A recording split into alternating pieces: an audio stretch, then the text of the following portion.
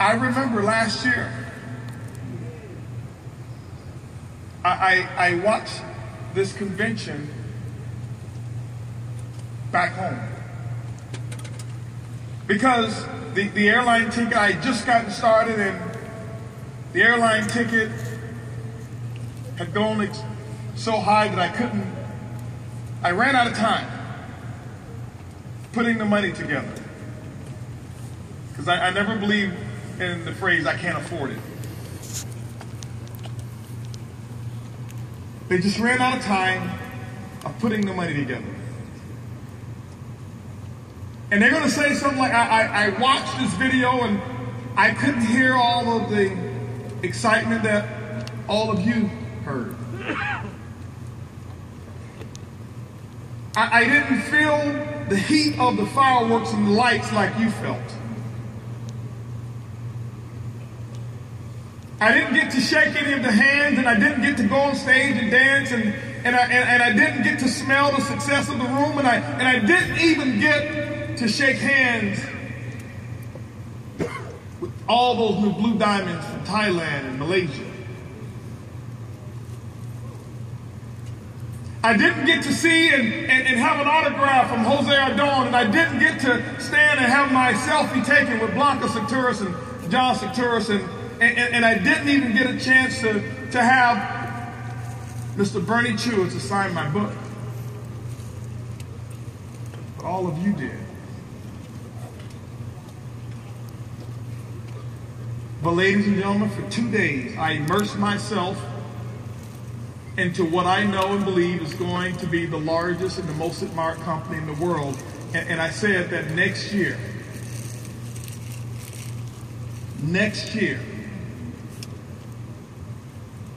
I am walking across that stage as a diamond.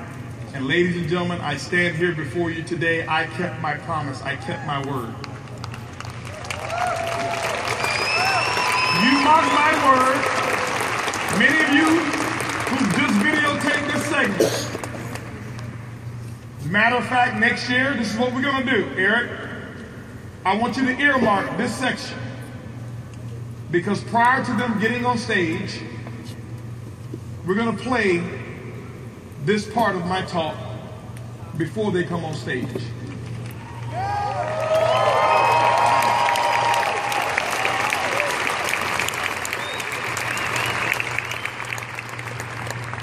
You say, well, Holton, how do you know that's going to happen?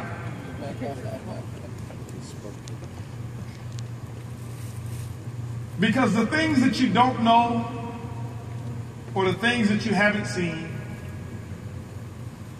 you have the power to go out and create them. It's not a matter of happenstance. It's not a matter of, was I chosen to be a diamond? The mere fact that you have oxygen and air that you can breathe right now, and that you're still here on this earth, is evidence enough that you can be a diamond. It is. Diamonds aren't born special. If you would have saw me in my former years, this is the cleaned up version.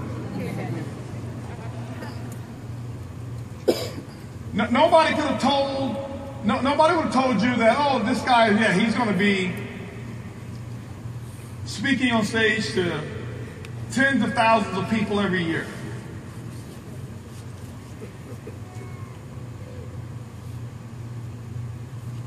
I got an environment that eliminated the distractions of failure. It eliminated the distractions of negative thinking. It eliminated many of the distractions of doubt, fear, and worry. And so when I got in that environment, I made a choice. I made a choice of who I was going to become. I made a choice of what I was going to do. I made that choice early, and everybody else said, they called it luck. He's lucky. But I chose. Made a choice. I simply made a choice. And after I made that choice, I had very little doubt in the very beginning, to the point where I got no doubt. And I'll share with you how I got no doubt. When I made the choice, that belief was there, and then I started to work on my choice. I started to work more on my choice, and the more I worked, the more I believed, and the more I believed, the more I worked, and the more I believed, the more I worked, and then I got some results. And when I got some results and some evidence, I believed a little bit more, and then I worked a little bit more, and I worked a little bit more, and I believed a little bit more, and I got a few more results. And then I started to learn that I am the one who can manufacture my beliefs. I can manufacture them. It's like when I was a kid and I was in just little kindergarten, and you'd have make-believe time. And your teacher would say, hey, listen, why don't you just get together, boys and girls, and just create something. Maybe you want to have a castle, or create this or create that, and whatever it was that came to your imagination. If you got the Legos, see, the Legos are nothing but individual pieces of plastic. But whatever you think about is what you create with those Legos.